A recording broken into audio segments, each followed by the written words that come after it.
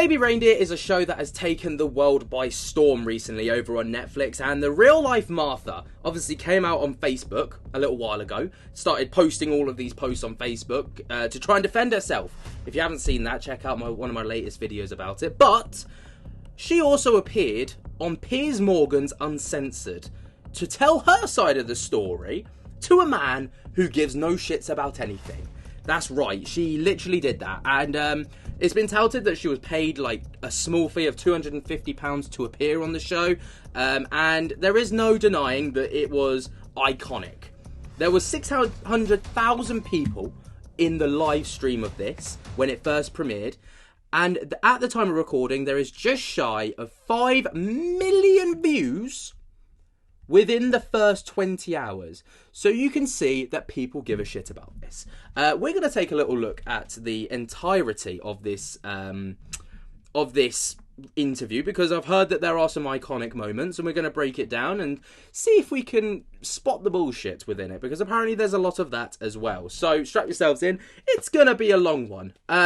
If you do go on to enjoy, you know what you need to do. Jump scare the hell out of the like button, subscribe if you're new, and we're just gonna go. First things that viewers of Baby Reindeer are told by Netflix is that this is a true story, not based on a true story or inspired by real events, but a true story. It's emphatic about that.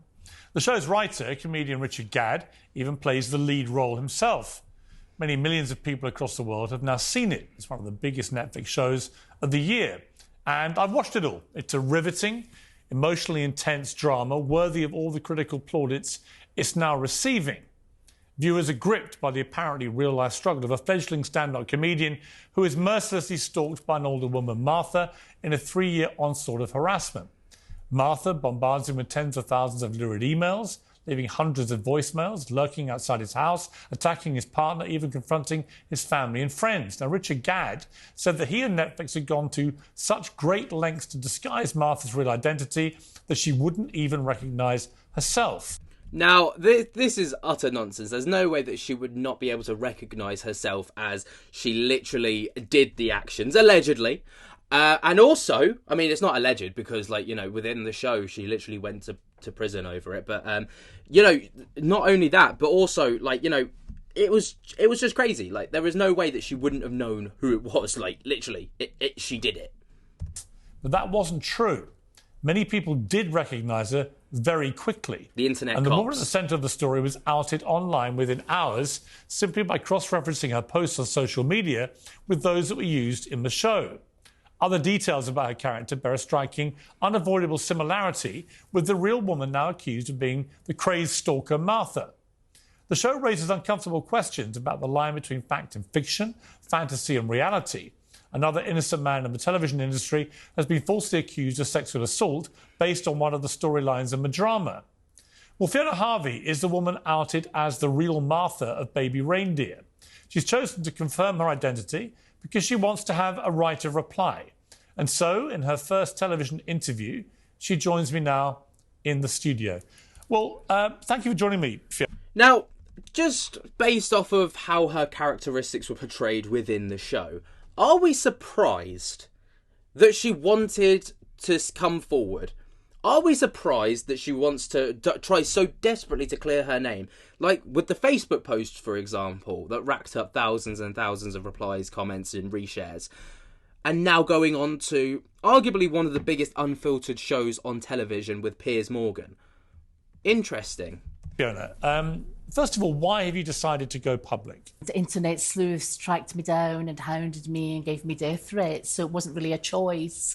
I was forced into this situation. What do you hope to achieve I will say that's fucked up. That should not be happening, regardless of who the person is. in this interview? I came on your show because you're a veteran broadcaster. I think you'll give me a fair hearing. You were persecuted yourself not so long ago. So that's why I've chosen this show. Have you watched the drama? not at all. I've heard about the court scene, about the jail sentences and all this sort of stuff. But you really haven't watched any of it? I haven't watched any of it. You're not curious to? No, I think I'd be sick. It's taken over enough of my life. I find it quite obscene. I find it horrifying, misogynistic. Some of the death threats have been really terrible online. People phoning me up. You know, it's been absolutely horrendous. I wouldn't give credence to something like that, and it's not really my kind of drama. When did you know that you were the person being depicted in this? 5 years ago on BBC Breaking News, I saw Mr. Gad had written a play for the Edinburgh Festival, and he was holding up placards, MP's wife stalker, and all of this, and he'd called it Baby Reindeer. That's all I knew. And I thought, well, I've only met this guy 2 or 3 times. I don't know him. And left it at that. I should have possibly jumped it at that stage. Now, I will add that obviously she claims there to not actually know him, but in the Facebook, I'm going to refer to the Facebook post, so if you haven't seen that initial video, you do need to go and check that out for context. But in the Facebook posts that she made, from her official account, it was her account, she says that she doesn't know him, but then lists off a shit ton of information about him, which is literally like, it's like day and night. Like, it's complete opposite ends of the spectrum. Anyway, let's watch on. And when did you know that Netflix were doing something? 2 weeks ago. I had just moved flats, so it was 2 weeks ago past Saturday. And how did you hear? I saw on BBC Breaking News that he'd sold to Netflix, and both he and this character, Martha, this Jessica actress, seemed to be promoting mercilessly. Did you think then it was you that they were depicting? I thought it was me they were depicting 5 years ago because of this MP's wife stalker article that had been a number done on me by the Sunday Mail 25 years ago when I was going for Donald Du's parliamentary seat. So I had a vague idea then. The Daily Mail then approached me on the Wednesday, 2 weeks ago, so sort of 2 weeks tomorrow. But 2 weeks ago, if you see what I mean, and told me that I was getting death threats online, that I'd been outed as Martha, there were TikTok videos. And were you online at all? Because you were before, but are you these days online? I've come off Facebook as of yesterday. Are you on X, what used to be Twitter? No, I'm not. Because you had an account. Yeah, that's right. Years and years ago. That's another thing, is people have dug up her old Twitter posts to Richard Gad, literally to him. You can find those online. You can find them on TikTok, Facebook Reels, Instagram Reels. I've seen them everywhere when this first came about. Like, literally, like, people found these things and like reshared them today to show that like these things did actually happen. I'm scared to Google up BBC Breaking News. I'm certainly scared to Google up the Daily Mail in case I am on it in some bizarre circus. That moment you realised it was you that they were depicting from what you were reading. The sleuths, as you say, had found your tweets. They compared some of the phraseology. They'd done the maths and they worked out this was you that was being depicted. How did that make you feel? Absolutely horrendous. Absolutely horrendous. I couldn't believe he'd done that. And so long after first meeting, you know, we're talking 10, 12 years ago, really horrendous. I didn't know who to trust. I was told by the Daily Mail, don't trust those bleeps in Scotland. Whereas I found John Dingwall of the Daily Record completely wonderful, actually. He's acted with total courtesy. I couldn't believe this had happened.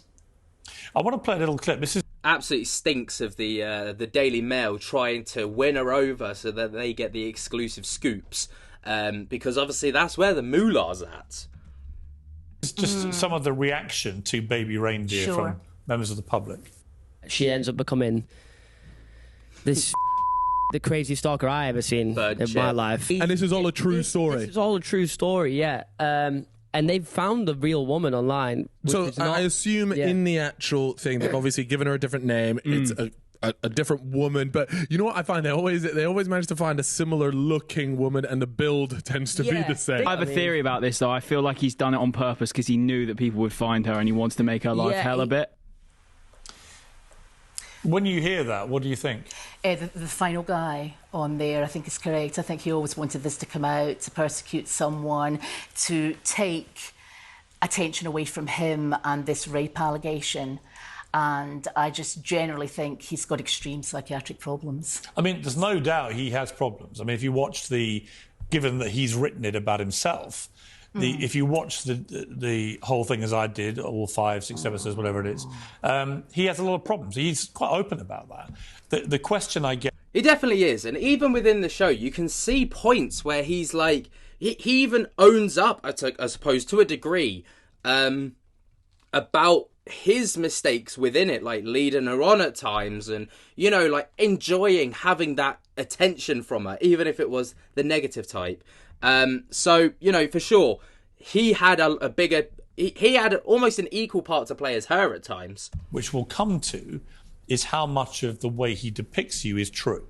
And your position is that it's just not factual. It's a work of fiction, it's a work of hyperbole, as I've always said. And there are 2 true facts in that. His name is Richard Gadd, and he worked as a jobbing barman on benefits in the Holy Arms, and we met 2 or 3 times.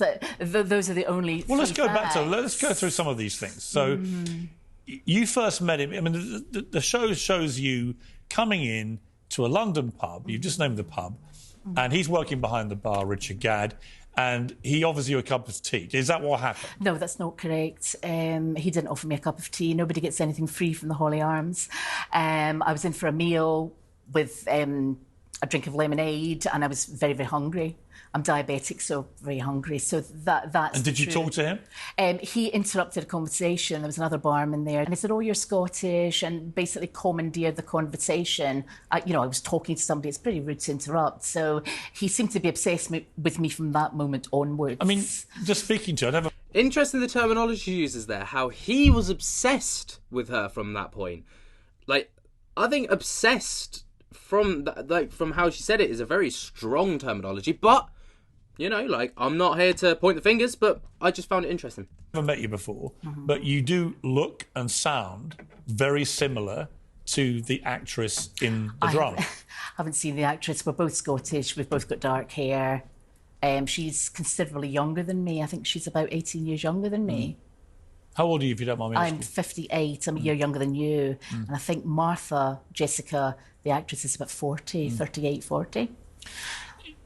It says in the show that you proceeded to return to the same pub time and again, but you never paid for a drink. I don't drink alcohol.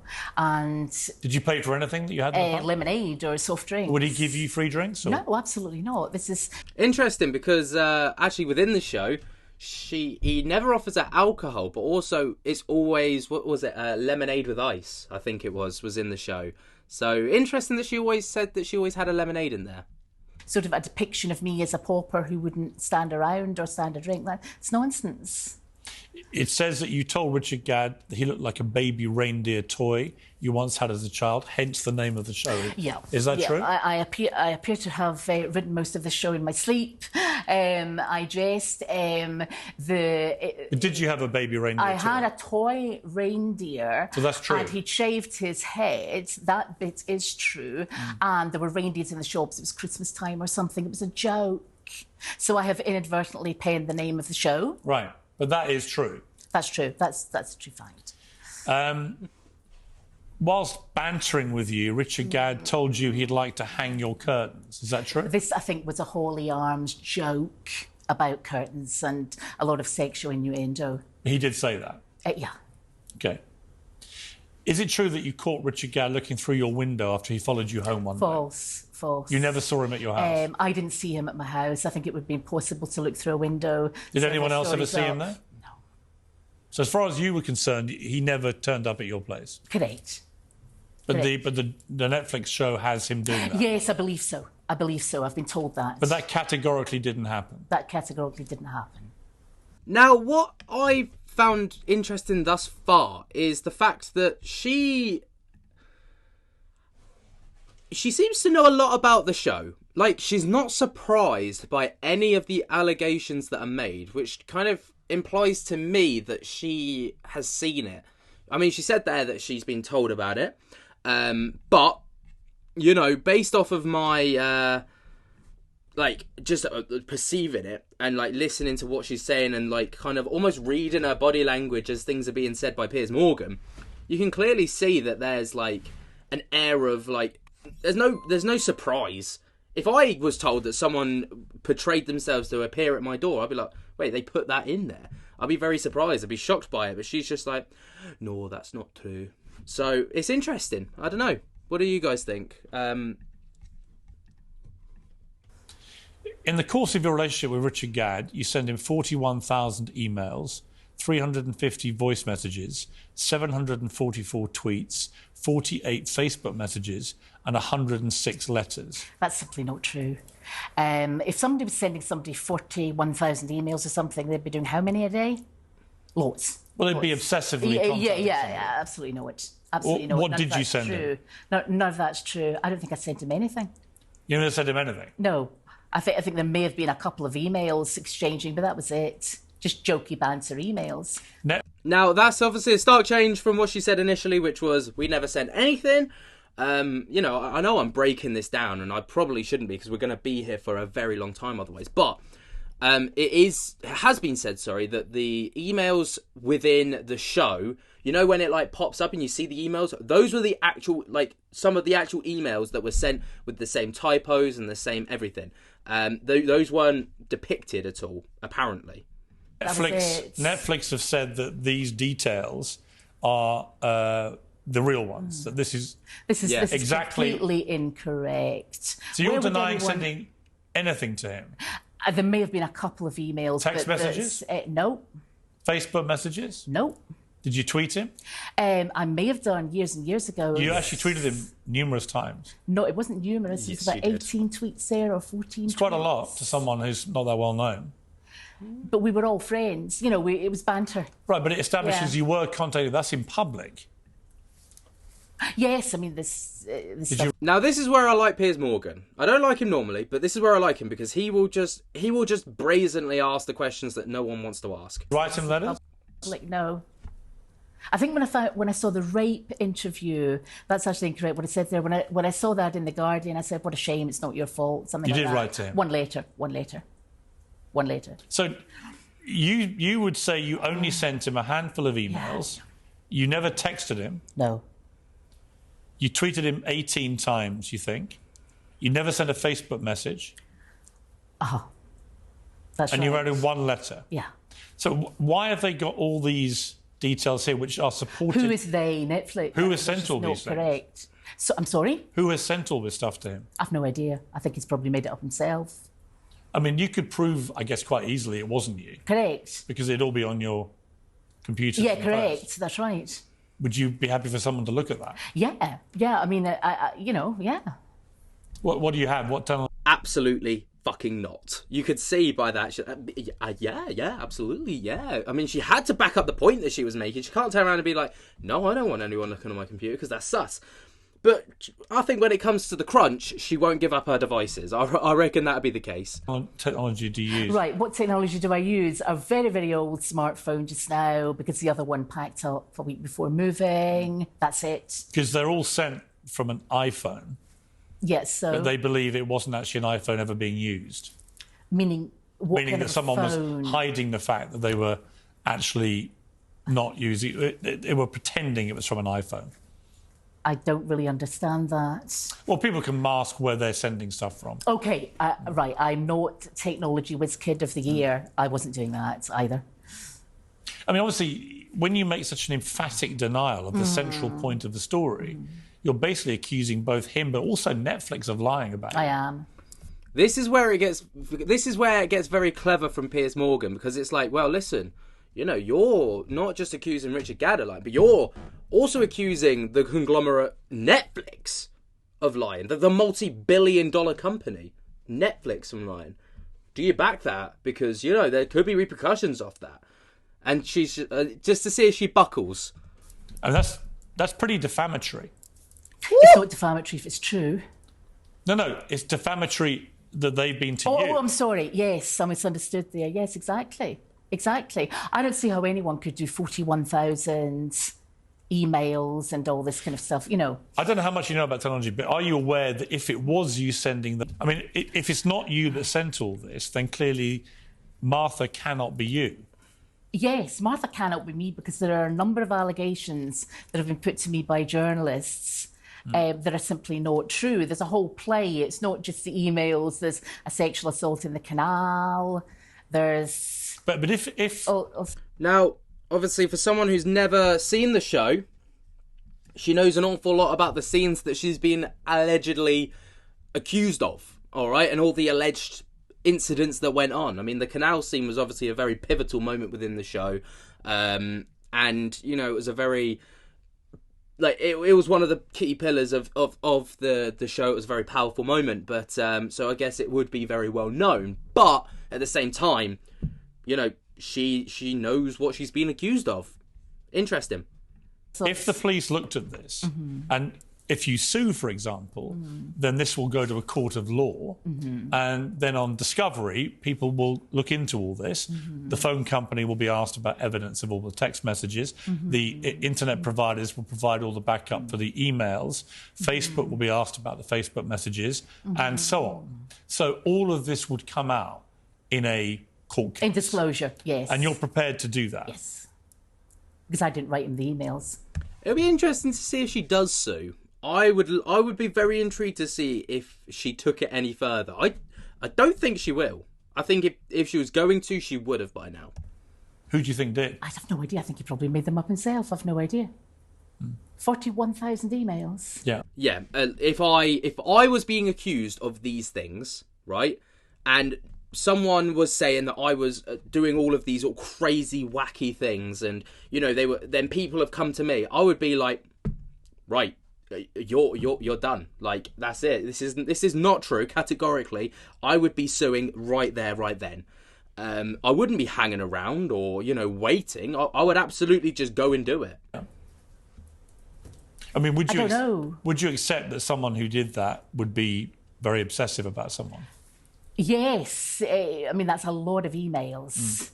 And why now? Why didn't you go to the police at the time? Or this sort of doesn't make sense. I mean, the fact that Netflix have said this is based on reality, this is a true story, that Martha did, the real life Martha, the person they based this on, who Richard Gadd has written about, is the person that sent these, and he has the evidence to prove it. What you're saying is that proves you cannot be Martha. Yes, and I would like to see Netflix's evidence for that, which would come out in disclosure as well.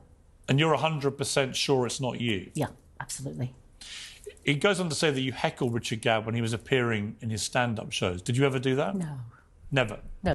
Now, again, this is something that TikTok has done beautifully, in the sense that there's actually a lot of video footage out there of Richard Gadd's original performances, and his original stand-up that you see in the show. Obviously, the show's a bit more dramatised to make it seem like a lot more shit, but it's actually not that awful in real life. I watched some of the clips, but you do hear the heckling of a voice that sounds like this lady.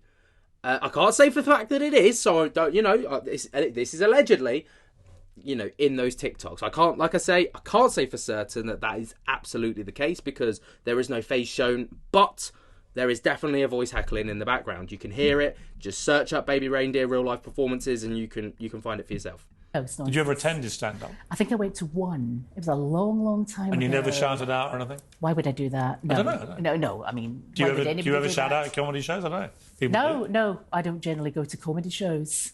So you never heckled him? No. Did you ever attack Richard Gadd's girlfriend because you were jealous? No, I don't think he had a girlfriend. I think he's homosexual. But no, I have never been to his house or attacked any girlfriend or anything like that. There are lots of scenes where Martha is sitting outside his house all day for many days, sitting in a bus stop, sitting out there, walking around, and would occasionally shout at him. Did you ever do that? No, I haven't seen the show, but I'm getting. I have. So I'm telling you. Yes, I got all the court allegations, the trial allegations. I'm going to come to that, but on that point, did you ever turn up at his house? No, I don't know. I don't know where he lived.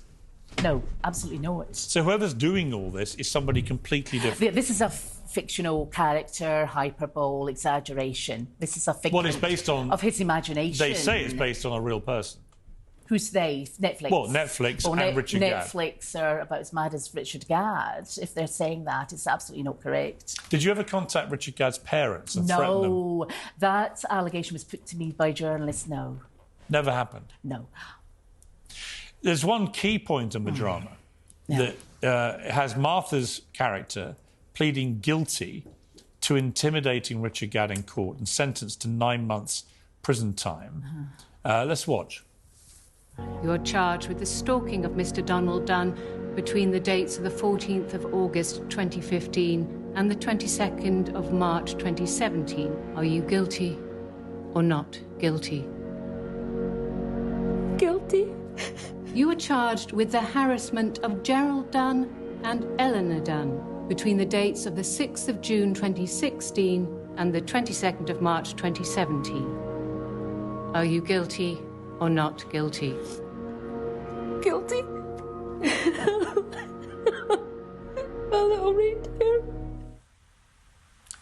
Now, again, there is obviously a resemblance between... Do you think so? Well, a bit, but That's hardly flattery. Well, I don't mean to flatter you or not flatter you. I just think there is a resemblance, having met you, and you both speak Scottish people. Yeah. But the fundamental point of this is, did you take part in that? So did you go to jail? Did you have a trial? No, of course not. Of course not. Have you ever been to prison? No. Have you ever been charged with a criminal offence? No. Never? No. Nothing? Nothing. So I feel like there's going to be a plot twist and Piers Morgan's about to pull something out of his sleeve. That scene is completely invented. That's completely false, and I don't think the actress sounds like me. I mean, people compare me to Lorraine Kelly, but I look nothing like Lorraine Kelly. We all happen to have dark hair, and we're Scottish. I think the actress is from Glasgow, I think, but I'm not sure. But and which part of Scotland are you from? I'm from the Central Belt. So it's a slightly different accent? It's slightly different. A Scot would know the difference. A Scot would know the difference. A Glasgow accent's very different. But that's a fundamental point here, because if they basically have a key point in their drama, which they say is a true story, which involves you admitting to intimidating Richard Gadd and getting a 9-month prison sentence, and that is completely untrue. That's completely untrue. Very, very defamatory to me. Now, something else that I found interesting here is she knows an awful lot about the actress that portrayed Martha, all right? Or played Martha. She knew her age. She knew exactly where she came from, but said that she believed it. She came from Glasgow. She knew a lot about her as a person, not as Martha as the character, but the person that played Martha. Can't remember her name now. Jessica something, I think it was. Now, obviously, reading between the lines, there would be an element of what was portrayed in the show with her, collating a lot of this information and knowing a lot about these people portrayed there in these characteristics. Now, can I say that for certain? Absolutely not, because again, I'm not a character profiler, but I just found that interesting. Very career damaging, and I wanted to rebut that completely on this show. I'm not a stalker. I've not been to jail. I've not got injunctions, interdicts. This is just complete nonsense. But you'll know yourself, if you're charged with a criminal offence, it will go fine, bigger fine, whatever. Very few people go to jail. Well, you'd have a police record nowadays. Yeah. Have you ever changed your name? My surname was double-barrelled. What was it? Muir Harvey. So Muir Harvey. M-U-I-R. Yes. Harvey. When the parents got divorced, I changed it to Harvey. I just dropped. So your maiden name when you were born was? Yeah, that's right. Was Muir. Yes. Muir Harvey. Yeah. So that's quite an unusual name. Yeah. So if you'd ever received a criminal conviction for anything, it would be on police files. Yes. And what you're saying is you've never been even charged with an offence. No. Let alone the one that they... Yes, enacted. This is 9.5 months in jail is pretty serious. Did Netflix ever contact you? No, no one's contacted me. Never? Never. Did Richard Gadd tell you what he was doing? No, I had worked it out when I saw the festival Baby Reindeer. Now, I believe this part. I believe that she was never contacted, and I believe that Richard Gadd never contacted her either. But I mean, I don't know if you can find someone's criminal record online. I don't know if it's that simple. I don't know how you would even go about doing that. But, you know, there's going to be someone eventually who's going to bring this to the light. Potentially, I don't know. I don't even know if that's even possible. But, you know, I think, like I say, if someone was making those allegations about me, I would absolutely be going for the defamation, like, straight off the bat, like, no fucking about, straight for it. Because if someone had claimed that I've been to prison when I hadn't, and I was a stalker when I wasn't, and, you know, I had essayed someone when I absolutely hadn't, and people were pinning that on me in real life from a show, I'd be like, Netflix, you better buckle up, because I'm coming for you. Advert on BBC. The Edinburgh Festival, which is the show you did. I just happened to see that. I was looking up the news for something else. Because that's where he I just happened to see that. Well, that's where he started telling the story, and that got picked up. I'm shocked. And I think Martha then was a bar stool. I seem to recall reading that. It wasn't an actress or a person, it was a bar stool. Let me just show a little clip. This is from Lorraine, actually, who you just compared yourself to. But let's take a look at this. Well, other people do. This is Richard Gadd on Lorraine. I just thought it was the right time to sort of try and bring a nuanced conversation to something. I think the human condition is extremely complicated, and I felt like a lot of the art and TV in this day and age had maybe simplified it too much. It's not a villain and victim storyline. I think you're left with a lot more than that. It's kind of two lost people. What's your response to that? I think they're milking it for all it's worth for the money. She doesn't even sound Scottish in that interview. Her accent seems to be varying. Well, she's not. She's English. She's an actress. I was going to say it sounds more Lancashire to me. Yeah, no, she's English. She's an actress. She's putting on the voice. She's clinging on to that, isn't she? She's really clinging on to this whole idea that she sounds nothing like her and she is nothing like her. Like there's a lot of defence against the person that played her, as opposed to the defence of the accusations themselves, which I find really telling. It's almost like the accusations could potentially be true, allegedly, but, you know, like, it's like, well, I can't defend myself against those things, but, well, what can I defend myself against? Well, what can I deflect against? Well, actress. She sounds nothing like me. She looks nothing like me. She is nothing like me. Her characteristics and mannerisms are nothing like me. You know, I find that really telling that, like, you know, she's willing to defend herself against the character that played her, but not the allegations themselves. Exactly. They're milking it for all they're worth. It was the right time to abuse someone all over social media and all over, you know, basically somebody who's not from Loveyland, not from Theatreland, just abuse me all over the newspapers. If they're happy with themselves. What do you feel about Richard Gadd? I think he's psychotic, and I think that anyone going along, being in that play, and doing this to somebody, I find the behaviour outrageous. He says the whole thing started because he felt sorry for you, and that's why he befriended you. Your staff said that to me in the waiting room. This is a lot of nonsense. I've got lots of friends. What did you talk to him about? It was just a Holly Arms banter. It was... like what? What kind of thing? What you're going to do with your life, or, you know, career stuff, you know, sort of... And I thought he was a stand-up show. But is it possible he was under the impression that he felt sorry for you? No, I never got that impression at all. I got the impression that he was all out for himself, wanted to sort of control that bar, very, very inarticulate, very full of himself. I should never have gone in that bar. Do you wish you never had? Yes, absolutely. Absolutely. How long did you know him for, Richard Gadd? 2 or 3 months. 2 or 3 months at maximum. He only worked there on certain days. And did you always go on the days he worked there? No, I've been in there on different days having food. Have other people from the pub contacted you? Nobody's contacted me. No one at all? About this at all, apart from the media. The mainstream media and stalkers on social media. He says, Richard Gadd, he didn't see you as a villain, but as somebody who is unwell and needs help. Yeah, well, he maybe should look a bit closer to home, to himself, as someone who needs help. What, you think he's mentally unwell? Yes, I think he always was. Whether there was an alleged rape or whether that rape was real or conceived in his mind, I think that would make him more that's a rape that he says happened. Mm-hmm. It was a television person. We don't know who it was. Somebody was falsely linked with it, who turns out to have nothing to do with it. But it's a very graphic scene in the drama.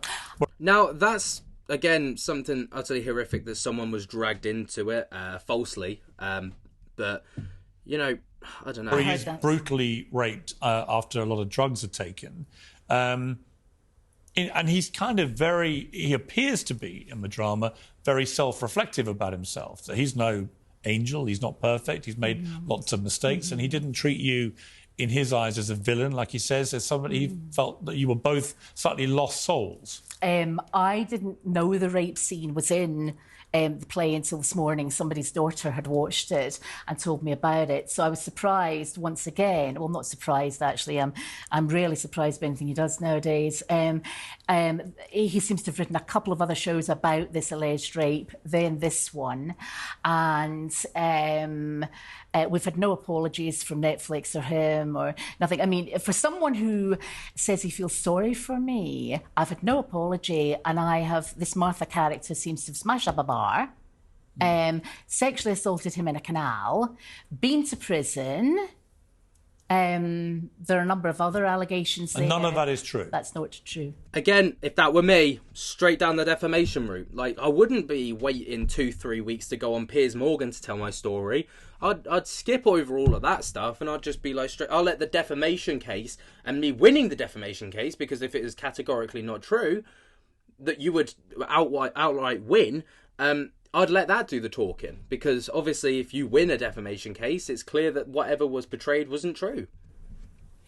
He says that people shouldn't try to find out the identity of the real people in the drama. Do you give him credit for that? No. He actually tweeted this. People I love, have worked with and admire, including Sean Foley, who was the man wrongly accused of being the rapist, are unfairly getting caught up in speculation. Please don't speculate on who any of the real-life people could be. That's not the point of our show. Lots of love, Richard. Piers, I'm sorry, I can't see the date of that tweet. I can't actually see any of it. That was literally like a few days after it was released. Right. So. I saw the headline. It was all over BBC Breaking News 2 weekends ago for 4 days. Wait. So she doesn't know the date that tweet and message came out. That looked like an Instagram story. But she saw the date of the breaking news headlines. The math ain't mathin' right now. With Martha promoting herself, the character Martha, Jessica, promoting herself, and him saying, don't speculate. Wow, that's a bit rich now, isn't it? The fans do speculate. Well, it was almost instantaneous. You were tracked down incredibly quickly. The Wednesday, the Daily Mail got in touch with me, so that was all over BBC Breaking News Friday, Saturday, Sunday and Monday. I mean, the reason that internet sleuths were able to find out it was you was they found the tweets that you sent him throughout 2014. 10th of May, for example, 2014. Yeah. Richard Gadd, did you get my recorded delivery letter sent to the theatre, sent to arrive Bank Holiday Monday? So you sent him a letter then? That was that, sorry, you were raped, something like that. 12th of June, same year, your tweets cheer me up, your timeline is good. 23rd of September, my curtains need hung badly. We were trying to encourage him because with this first show or something like that. It was a long time ago. Yes, on the 18th of December, please go and see Richard Gadd's show. It's well written and neurotic. Yeah. The filmed bum shots are the best. Fantastic ass. It was a joke. It was a joke. But we were trying to encourage him. Nothing negative, though, about it there. No, because I didn't think he was a complete psychopath who was going to attack me in this way. But the show did involve you.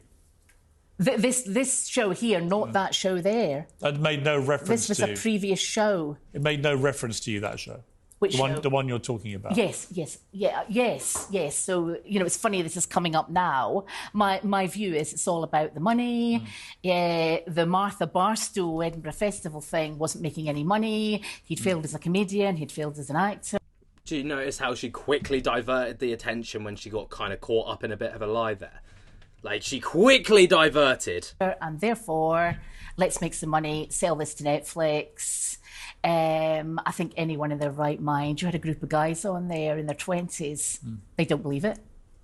Can I ask you, what was your upbringing like? I was going to say standard Scottish, singing standard Scottish countryside. Happy? I mean, happy upbringing? Impoverished, but middle-class upbringing, if you like. Any siblings? I have a sister.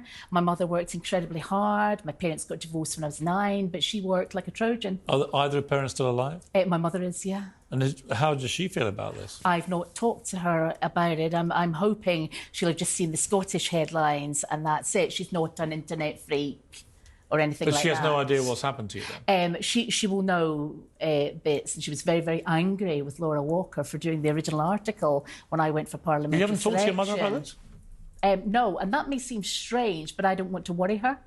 I'll tell her I've been on this show when it airs. I don't want to worry her. Let me ask you, The Sun reported an interview with Laura Ray, who you've referenced, who accused you of inappropriate behaviour whilst you worked with her. Now, the background to this is that you came into contact with the late Glasgow MP Jimmy Ray, who died aged 78 in 2013, and his solicitor wife Laura, who was 62, when she was a former Labour Party member. Mrs Ray said that she gave Aberdeen University law graduate you did graduate from Aberdeen? Yes. With a law degree. A trainee role at a legal firm, McPhail Lawrence Partnership, in 1997. Is that true? It was called L&L Lawrence. I think she forgets the name of her own firm. It was called L&L Lawrence. But that's all true. She gave you a trainee job. She lured me away from another firm. She headhunted me from another firm because she needed someone to do employment law. And I'm pretty good at employment law, so... She said that she had to sack you days later because you were completely incapable of behaving yourself. I walked. Her staff were really, really rude to me. Most people, half the Labour Party, had been up there at one point or another and walked. She then said that following you leaving, obviously very quickly, that you then harassed her. You were then known as Fiona Muir, obviously, as you said, Muir Harvey. Mrs Ray said she was so frightened she issued workers at her firm with personal alarms. You were then served an interim interdict to stop you from contacting the lawyer or her politician husband. Daily Record reported that. She messed up, I know, and I've still to speak to David about that, the author of that Daily Record article. She didn't. She messed up because I went into the Court of Session, the High Court in Edinburgh, to get countrywide interdicts, an interdict and an injunction in Scotland and England because I was going to move to London anyway. She mucked up... Sorry, you went into court to get them yourself? Yes, but there was who? no need against Laura Walker and Jimmy Ray. But she said one was served on you. Yeah, that's nonsense. An interim we have checked this out. And again, there would be a public record of Yeah, that. absolutely. And you're saying that it was never served? What we think, she served the initial documents and then she did? She served the initial documents and then there was no hearing. It wasn't minuted for a hearing. I said I would defend, but she mucked that up too. She didn't fill up a second initial document. She then didn't minute for decree in absence. So there is no interim interdict in Scotland. Why would two people who have no contact with each other at all... I think he's about to ask the question that exactly I was about to ask, which is, two people that don't know each other, have no connection to each other whatsoever. Why would they lie about putting an injunction against you? Laura Ray and Richard Gadd, why would they both portray you as a very unpleasant harasser? I don't know why Richard Gadd has, but Laura Walker, it was certainly because I was going for parliamentary selection. You get my point, two different people. Yeah, but Richard Gadd has Googled that. Richard Gadd has used that as well, that's in the drama. Show. Is when they find out that you had previously harassed this family. I haven't harassed that family.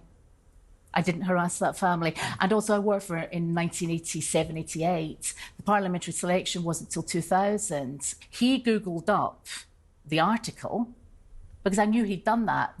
I never went back to the Holy Arms. He was spreading it around Camden that I was a stalker. So you've never married? No. Have you had relationships with men? I mean, if you don't mind me being pure, I'm heterosexual. Yeah, I mean, how many relationships have you had? I told the staff that relationships were out of bounds a lot more than Richard Gadd has, I would say. I mean, he had a lot. Quite a few. I wonder why. I wonder why everything on the show is allowed to be spoken about, but relationships the one thing that's not. It's interesting. Right. Well, I don't know if he had a lot. I don't know. I mean, I don't know how. And obviously now you're going. Here's my point. Now you're going public. Then the men that you've dated over the years will see this. Yeah. They'll be aware of it. They'll hear you. I don't think if your next question is going to be, am I stalking them? I think the answer's going to be no. Well, no, I just wonder how do you think they would view you? I think they are going to think what I think about Richard Gadd, that he's completely off his head. And I'm not worried about the current one because he's a lawyer and he. So you currently have a boyfriend? Yeah. He's a lawyer? Yeah. In London?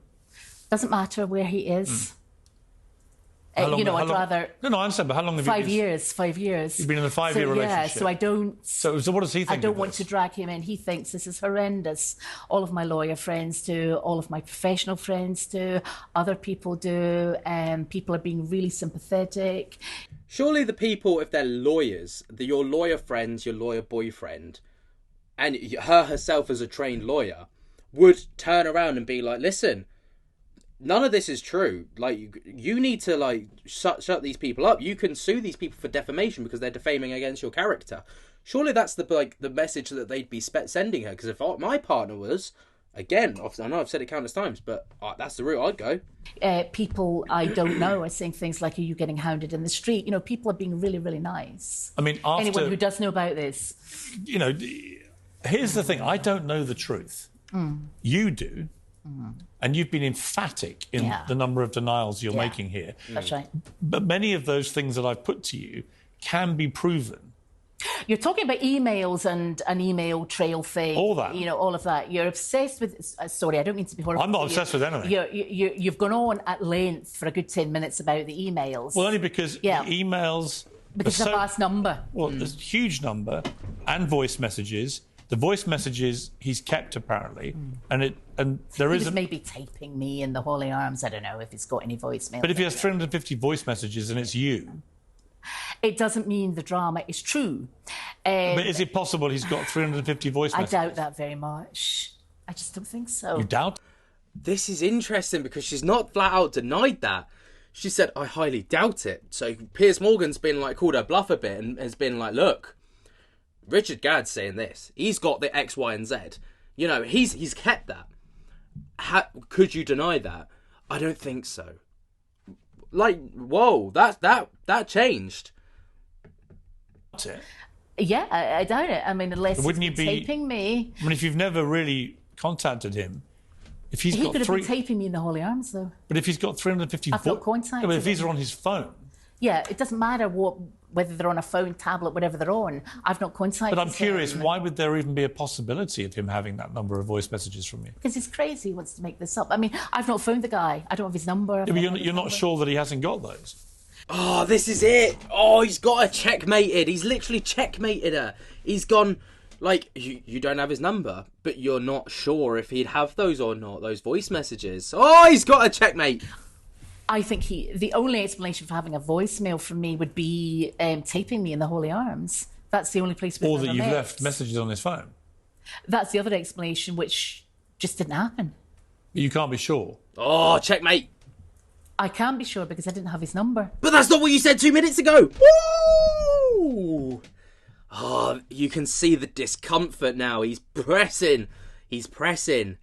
Right, but you just said you weren't sure if these were your voice messages. Yeah, what I mean is somebody could be taping me. You know, somebody could have taped me in the Holy Arms. Right, on a dictaphone or something like that. Here's my point to you, is that these are easily provable things. Yeah. And also, if they were taped, you'd hear the hustle and bustle in the background of a pub. You know, you'd hear the bar going, you'd hear the people chattering, you'd hear the fruit machines going off when someone's hit the fucking jackpot. You know, these things... And also, if it's on a voice message, or the voicemail, you'd go through to the voicemail to receive those messages, surely. So that would mean that there was an inbound call, which meant, inbound call. He's either got them or he hasn't. Yeah. Yeah, I mean, we'll be asking for disclosure of that. But... And the emails, obviously, there'll be an IP address, and if that leads to you... Yeah. I mean, my point is, though, even if that were true, I didn't lunge at him across the bar, I didn't sexually assault him in a canal, I didn't go to jail. I understand. Do you see the deflection? It's like every time she can't get her way out of an answer, she deflects to like the things that can't be proved. So for example, we had it earlier and then we've got it now where it's like the voicemails have come up. She's realised that there's like actually she might get caught out on this one. So it's like, well, yeah, but even if he did have those, it doesn't mean that I did X, Y, and Z. This is all nonsense. Everything that I've denied, that's still all nonsense because, but this, that might be true, but just ignore that because of all this. Look, all this doesn't matter. It's like, this is where the psychological side of it. I want to see a psychologist like watch this. I want to see a body language expert watch this. I want to see that. But here's my point to you. Yeah. Here's my point to you, Fiona. And I'm not trying to catch you out. I'm not trying to trap you. I'm genuinely fascinated by this story. I watched the drama. I saw them declare it at the start as a true story. And I've seen the interviews since with all various people. And it's clearly a very complex situation, this. But unless I'm mishearing you, I think what you're saying is there is a possibility that you send a lot of emails and there's a lot of voice messages. I didn't say that. But that it doesn't mean that you did the more serious things. Yeah, I am not saying at all that I sent... Hook, line, sinker. Loads of emails. You maybe misheard, play back the interview. What I'm saying is a handful at most. If I did, congratulations about the show. But if he does have 350 voice messages... I know that he doesn't. And it's your voice. He doesn't. And everyone can now hear your voice. Unless he was taping me in the holy arms. Or he just kept them on his phone. I didn't phone him. Then how would there be voicemails? You sound unconvinced, but no, I'm not. Honestly, I mean, what? No. So it's your point that are you challenging him to reveal this evidence? No, I would challenge him to leave me alone. Because you're calling him. Would you challenge him to release this information? No. Yes, man. If you categorically deny the evidence and you know for a fact that he's got nothing, I would be like, yeah, call his bluff, do it. I'm a liar. And you're calling Netflix accomplice. I didn't use those words. I said the story, the play, the Netflix show is not true. So but if they say that you sent 41,000 emails, well, they are completely wrong. All 744 They're tweets. Completely wrong. So they are lying. They are lying. Yes, okay, yeah. In effect, he is lying and they are lying. She's buckling. She's buckling under the pressure. And in order for a dramatisation to be true, it's got to be, the only defences are veritas, I'm telling the truth, or the whole drama needs to be true. They have billed it as a true story, so has he, and it's not. It's blatantly not. Even if the email thing was true, the rest is not. So why would you qualify that, Fiona? Sorry, why would I what? Why would you suddenly qualify even if it's true about the emails? I'm just playing devil's advocate here. Right, but when you say even if the emails were true... I didn't send him 41. It doesn't mean the more serious stuff is.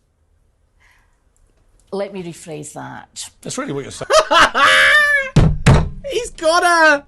Right. I mean, I don't want to force you into saying anything that's not actually true, but it seems to me that it may be possible that you have communicated all this stuff with him, but that doesn't mean you did the more serious things. That's true. It doesn't mean you attacked his girlfriend. It doesn't mean you smashed up a bar. Yeah. It doesn't mean you did any of those things or threatened anybody.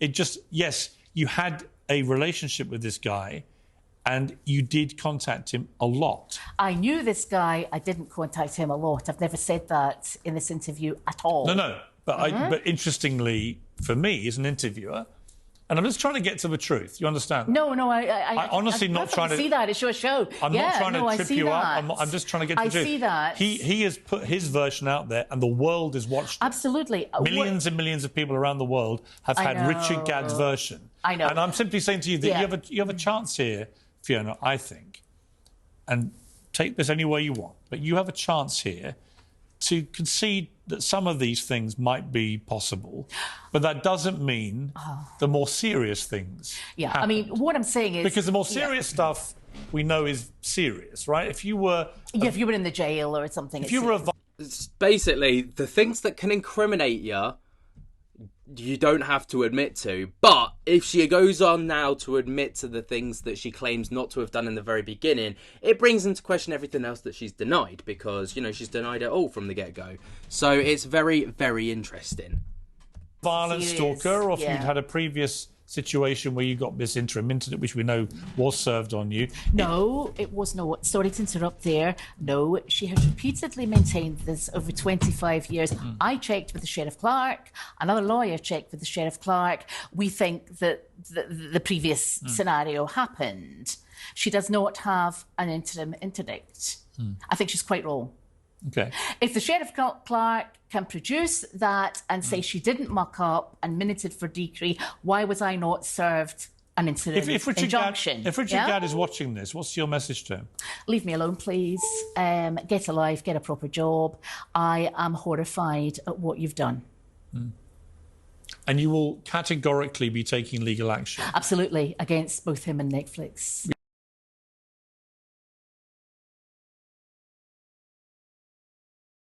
You said your boyfriend's a lawyer, so this can be done. He's not doing it. No, I'm not doing it. Somebody else is. But have you instructed lawyers? We've instructed them in part, but we want to explore all the options out there. There are a number of people to sue.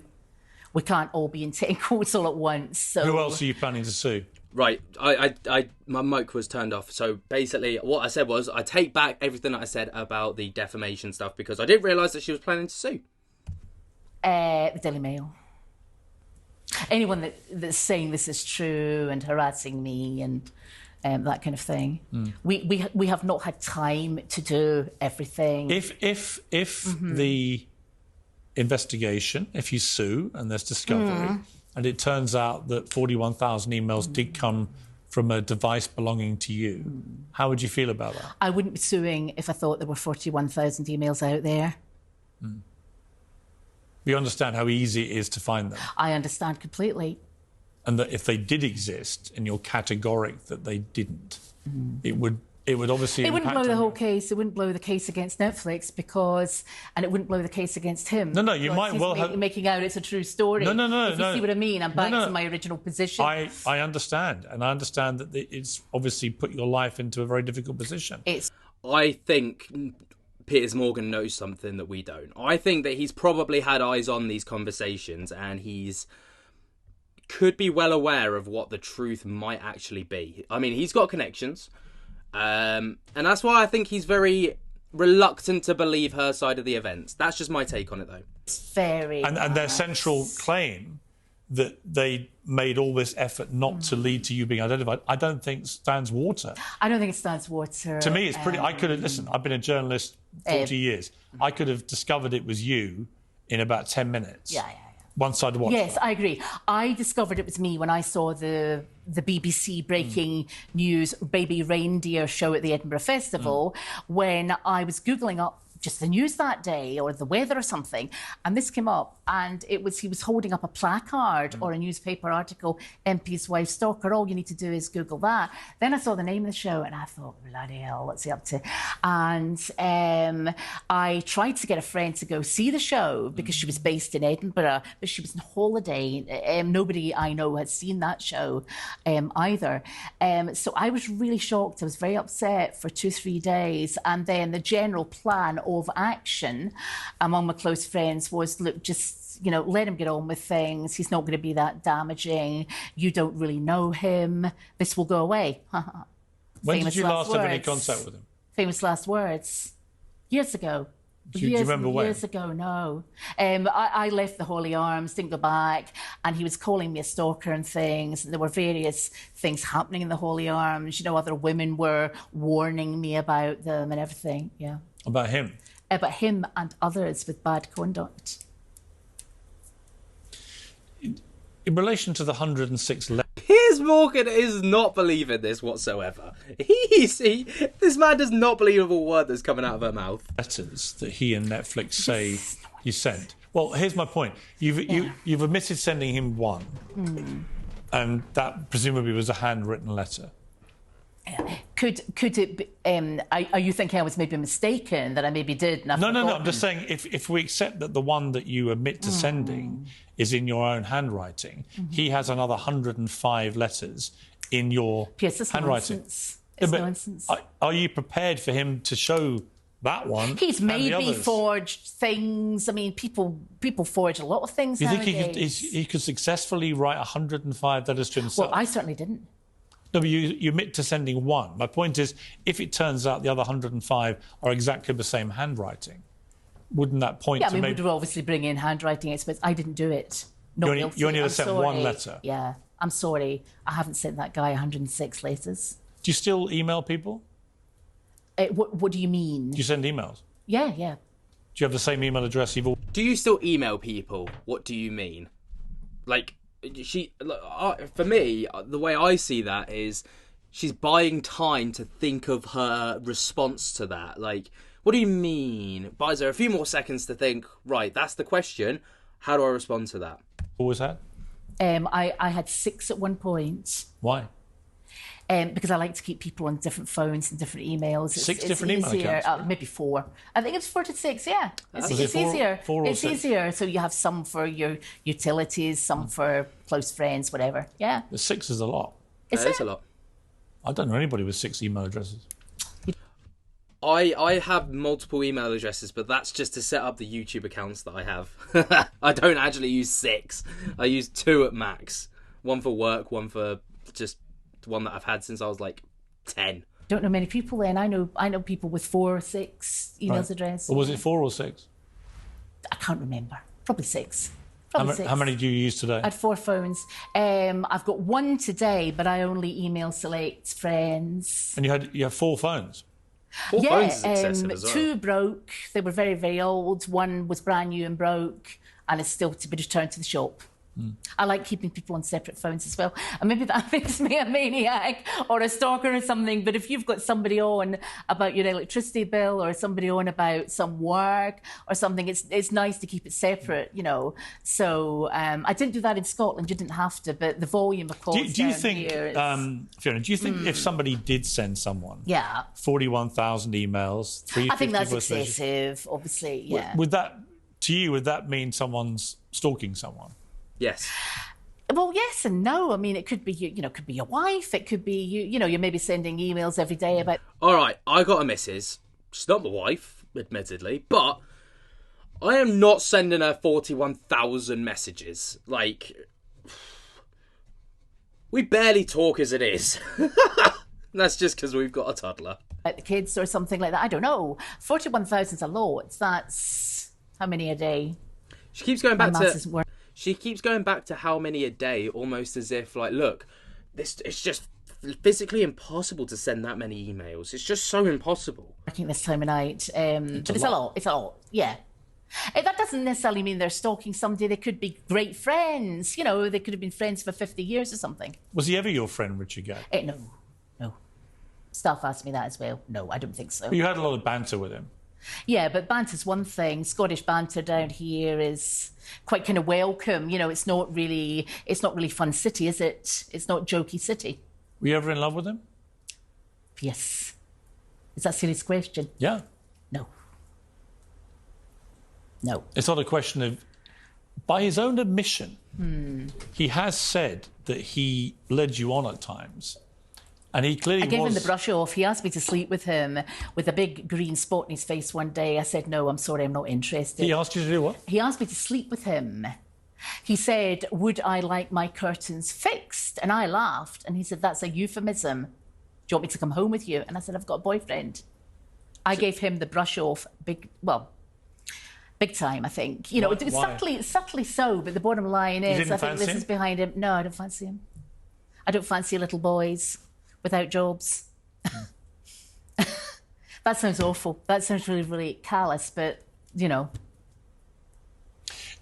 People will watch this who've watched the Netflix series, and like me, they will be trying to work out where the truth lies. It seems to me that either you're innocent in the way that you've claimed to be, and you've been horribly defamed here. I think at the very least, the Netflix duty of care and Richard Gere's duty of care has been a spectacular failure. I agree. Right, regardless of anything else, regardless of your culpability. I think that's fair. Of anything, the duty of care has failed because people identified you incredibly quickly. So they've made this what they say is a true story, and everyone's worked out it's you, and the picture they paint is of a completely crazed stalker ruining a man's life, albeit he accepts that some of his behaviour may have led the person on. Can I ask a question? Do you happen to know how much he's made out of this Netflix thing? I would imagine several £1 million. Yes, I would say 3 to 4 million. A lawyer I know well thought he was a wee nobody, and he suggested 750 to 100,000. I said, no, I think you're looking more about 3 or 4 million. And I think the more he publicises, it goes up. According to how much it's streamed. I don't know the contract they signed. Ironically, she has, by publicising this and doing this, has probably brought a lot more attention to the show itself as well. Like, people are going to go back, rewatch it, see the characteristics and the mannerisms and see if they can, like, link the pieces together. People who've never watched it are going to see this and be like, what's this lady on about? Go and watch the show and then come back and watch this. It's, unironically, she's also helped publicise it. I think he's done bloody well out of defaming Do you resent that? I don't resent any Scot getting on. This is not what this is about. But he's effectively making money out of what he says. He's making money out of what my he says misery, is you stalking him. Yeah, he's making money out of untrue facts. He's been the ultimate misogynist. The actress was also not appealing for calm. He was appealing for calm. I think he did that to sort of stir things up more. I think they knew exactly what they were doing. And I think your staff were talking about Martha, the sequel or something like this. It's just completely That's what people are hinting at. It's completely crazy. Well, your staff put that to me and put to me, should I write a book about this? Well, I've got other things to do, but it's a possibility. You got a law degree. Yeah. Law degree, so you're obviously very bright. How did you do at school? I've got a photographic memory. I was top of the school, apart from the science. Which school was that? Balfour High. I went to the science.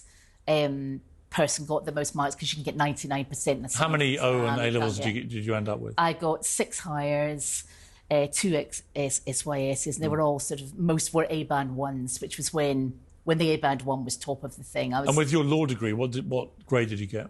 Not bad. I mean, all right. What was it? I just did an ordinary degree and then a diploma in legal practice. Well, what grades did you get for it? All right grades. But, I went out what were they? partying. I didn't do an honours degree. So, just bog standard grades, What degree did you did a law degree? Or? I did a law degree with 13 subjects, 13 law subjects. So it wasn't the CPE or anything, which I also have from down here. But it was 13 law subjects. This is from Aberdeen University? Yeah. So what degree did you end up with? A law degree, and then I did a politics degree after that. Do you see how, Piers Morgan is subliminally fueling this, and he's, giving out the ammunition to people to go and research this topic themselves?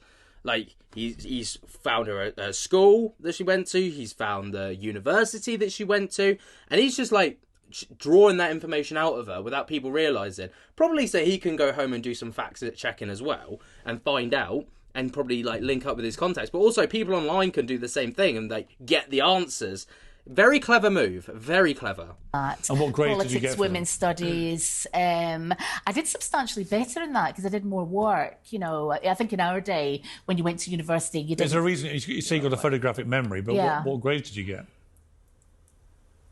All right grades. I mean, not top of the year or anything. When you do a degree, you get a... Yeah, you're asking me what marks I got for 13 subjects. I can't remember. Well, no, you end up with it. But she just said she's got a photographic memory. You would remember those things. Oh, I remember my GCSE results. They were diabolical. Get a first-class degree? Oh, no. Well, I said I didn't do an honours degree. I wanted to go out and practice, so it was an ordinary degree I did.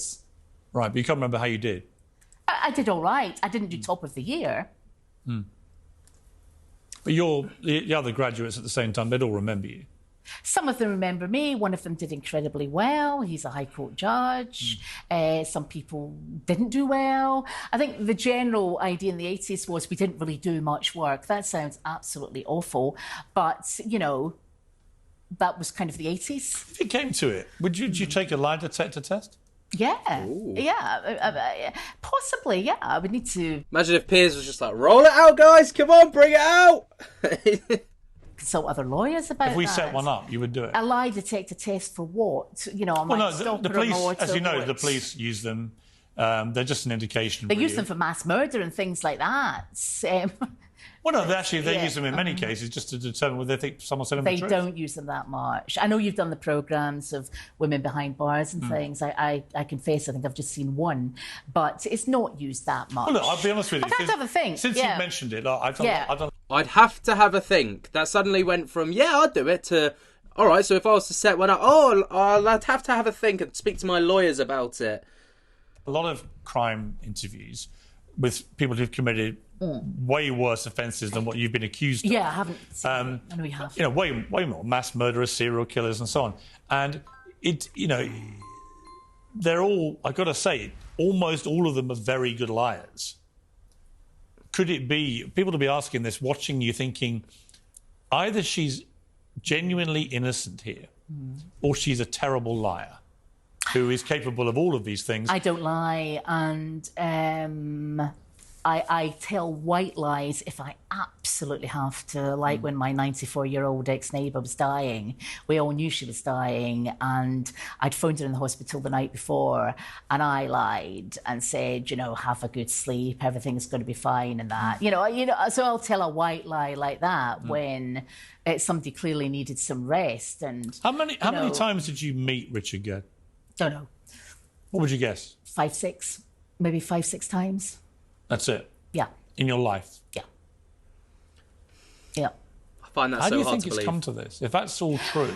I think he wanted to make money. I think he picked on somebody. There was a backstory there with that stalker article out there, right? So stalking's in vogue. Going to prison's in vogue. What do writers say, or English lecturers or something, write about what you know? And to people who are watching, look down the barrel of that camera. To people who are watching this and who still doubt you, what do you say to them? I think you should watch this. I think you should look at the number of articles that Richard Gere and Jessica, the actress, have done, and how Netflix and he have promoted this.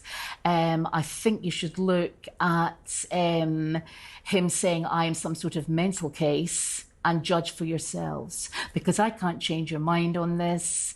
I can just rebut what has been said. You need to make up your own minds. But my mind is made up. He's a liar.